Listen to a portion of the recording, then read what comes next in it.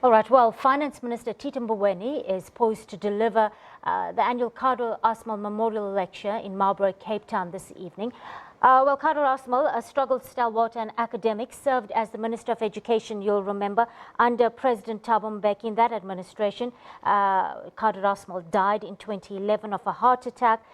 He was born in Stanger, KwaZulu-Natal in 1934, a lawyer by profession, member of the African National Congress, and renowned internationally as an anti-apartheid activist. Well, our political reporter, that's Bulelani Philip, is in Cape Town. We cross-stream live in the mother city now. Bulelani. Well, good afternoon to you and to the viewers. Yes, today, this evening, the Finance Minister Tito Mboweni will be delivering that annual lecture of Kader Asmal. Of course, we expect a lot of distinguished people to come here, but of course, everyone is going to be talking around his legacy and what we can learn about his work as well as his dreams for the country. I'm going to be talking now to former Western Cape Premier as well as the former South Africa's ambassador to the US around the legacy of Mr. Kader Asmal. Mr. Rasool, thanks very much for joining us. Firstly, as South Africa, what can we learn from the work of Kader Asmal? Look, I think that Kader Asmal was one of those souls that enter your life and that leaves an impression that you can either disagree fundamentally with what he says, but you will always admire him for the forcefulness with which he says it and the conviction of the arguments he brings in support of his ideas. And so I was very fortunate that I was working as the executive assistant to Jake Scherwel at UWC when he and others came. He was professor of human rights, and then the Community Law Center was the place in which Kader Asmal really put his mark in how to think about the post-apartheid South Africa. So I was very fortunate to have seen him at work and to begin to admire the legacy that he has created for us. Of course, a lot of his work was, as you've said, around international law as well as justice. If we look at the state of the justice system in South Africa at the moment, do you think that are we living to his ideals or not? I think Kader Asmal was very prescient in the last segment of his life. I remember him warning, for example, about militarizing the police. And today we have a DA government calling for the army to come and do policing functions. I think Kader Asmal was very vocal about closing down the Scorpions. Today we can understand why the Scorpions was closed down, so that corruption had no enforcement to fight against it. I think Kader was also very jealous about the information bill that was there, and today if we look back we are very thankful that Kader Asmal's perspective won, because the media has consistently, whether you like them or not, they've consistently been able to show that something is wrong in our society and warn us and mobilize us. So I would think that we have not lived and honored Kader Asmal's legacy in the last decade of our lives, but he had warned us, he had done his duty, and he had left us enough clues about why we should be concerned about it. You talk about corruption, and we're in the middle of a state capture commission that is investigating allegations of state capture. What would you think when he's looking down on us, he thinks about the state of affairs? I just returned last night late from Atlanta, where I was a guest of the Carter Center.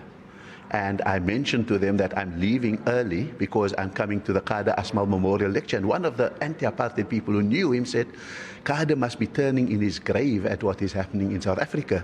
I thought about it and I said, actually, Kader may be smiling because the constitution that his fingerprints are on have been durable enough to make sure that South Africa wakes up. We have a free enough press that was able to detect corruption and warn us against it.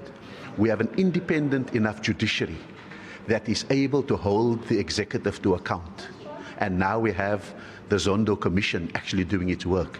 That we have enough police left that have not been contaminated by the attempts to capture it. For us to be able to say that here Kader Asmal had also left his fingerprints, because there are policemen and women who are doing their jobs and who may hopefully put people in jail who should be put in jail.